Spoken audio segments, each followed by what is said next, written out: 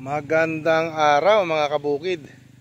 Sa kauna-unahang pagkakataon, binisita ko po itong silihan ni Boss Canyo, na talaga namang napakadaming pinagdaanan ng siling ito, At ilang beses pong dinaanan ng bagyo.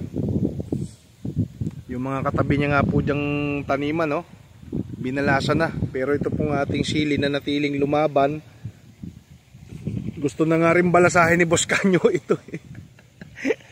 Pero gumanda mga kabukid, gumanda hitsura. Alagang farmer's friend. Nasimulan natin to sa land preparation ng activator. Farmer's friend po natin. At pinalagaan po natin ng foliar. So ngayon, pipitas na po yung ating bossing. Nagsimula ng mamunga, Yun nga lang, medyo madalang pa, pero sige lang. Laban lang, ayan ang ganda na. Healthy. Alagang Miracles foliar.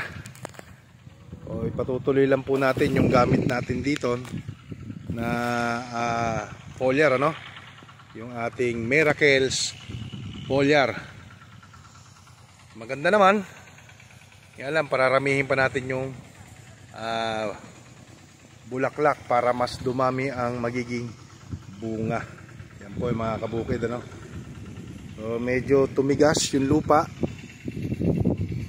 na compact dahil ilang bagyo ho yun.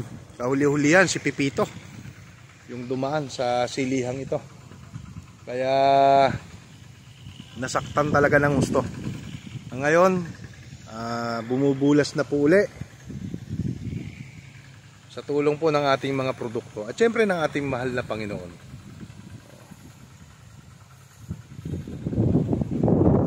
Antabayan na natin yung unang halaw sa silihang ito, Sayang hindi umabot sa presyo. Pero kung hindi po na-stress ito mga kabukid, malamang humaharvest na po si Boss Canyo rito. Antabayan na natin yung harvest sa silihang ito, dito po sa Balaring ng Natividad.